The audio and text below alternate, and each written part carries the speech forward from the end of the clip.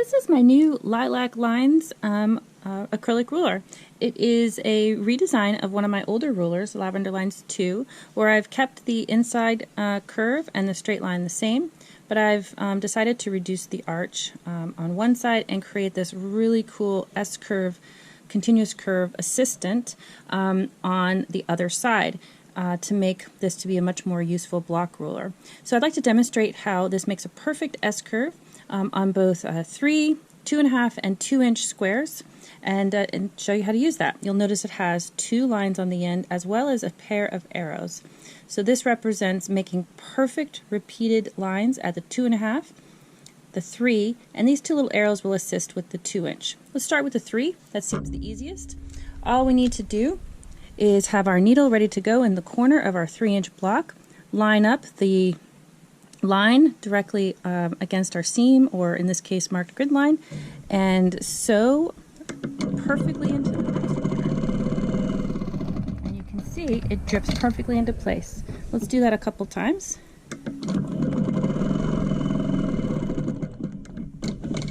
And go ahead and go around this block.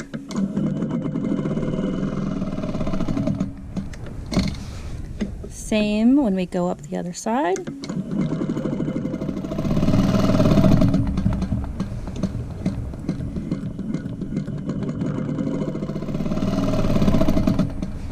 Let's go back down.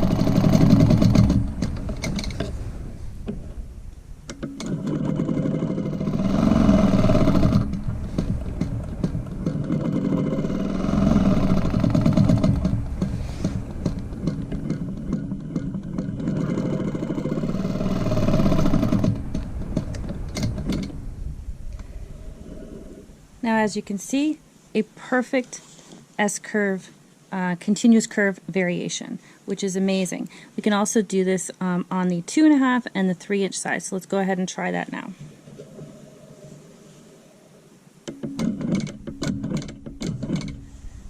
Starting on the 2.5-inch block, I'm going to use this first line here instead of the second line. So the first line is a smaller curve to adjust for the math here. Same plan, and it drifts right into place. Let's do one more. Drifts right into place. I'll go ahead and do the whole block for you now.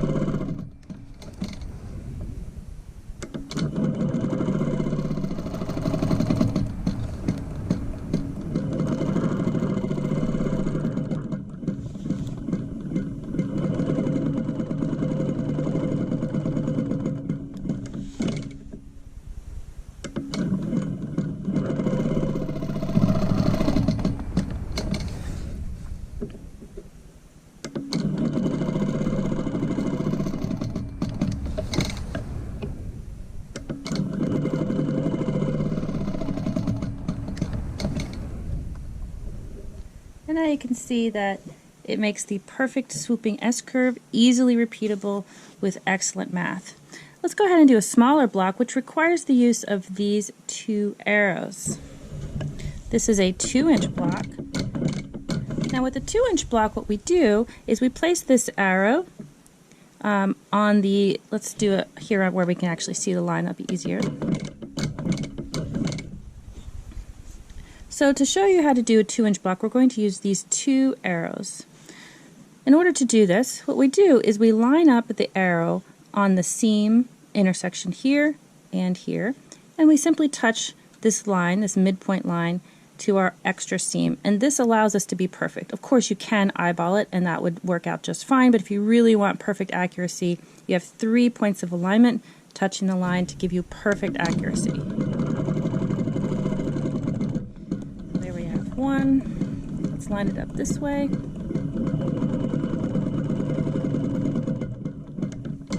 And I'll come back.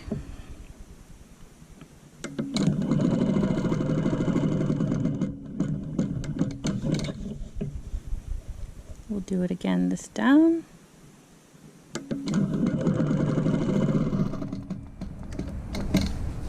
Back. Again, I'm aligning here, here, and here.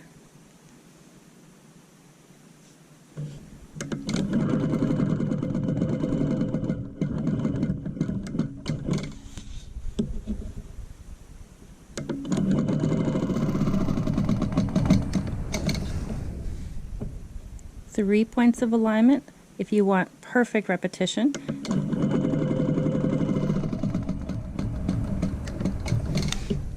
And we'll go up.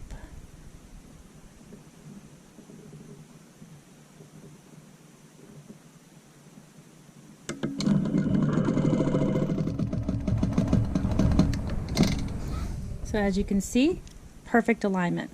Now of course we can also do a style of sort of, let's call it fudging, where we allow the ruler to drift into place to get a different size. So for example, on the first 3-inch sample, we used this larger alignment line, but we can also use the smaller one, but what we have to do is sort of push the tail into place because we're sort of fudging the math a little bit, but this allows us to have a lower arch. So let's go ahead and do that.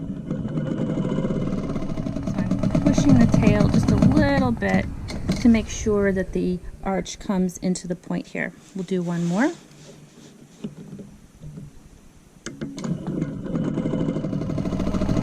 I'm pushing the tail just a little bit with my hand. We'll pull away so you can see I can get a high or a low perfect repeating arch depending on if I'm using the first or the second line. Same thing is true for the 2.5-inch line. On 2.5 inches, the perfect math means to use the first line. However, I can get a much taller arch by using the second line and just a little bit of ruler drift as I come into the tail to make sure that I hit a perfect line. A little bit of ruler drift, not much. It's really microscopic.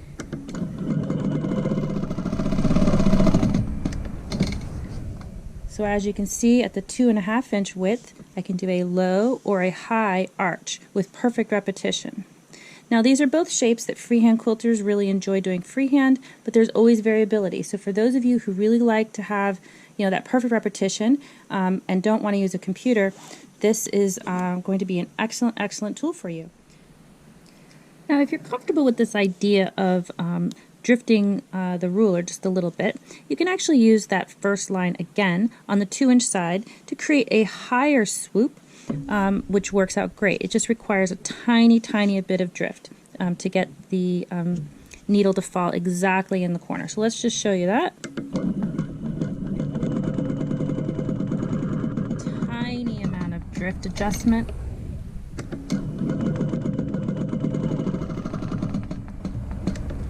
And there we go, a slightly higher S-curve variation. So you have a low one and an S one, or a higher one. So with this ruler, you have perfect math using the lines, or if you choose to use a line that doesn't coordinate with the 2, 2.5, or 3-inch, just using a small amount of ruler drift will help you nudge the tail into place, allowing for perfect repeated continuous curve shapes. So there we have it, everybody. Lilac Lines is now available on my website. I hope to see you soon.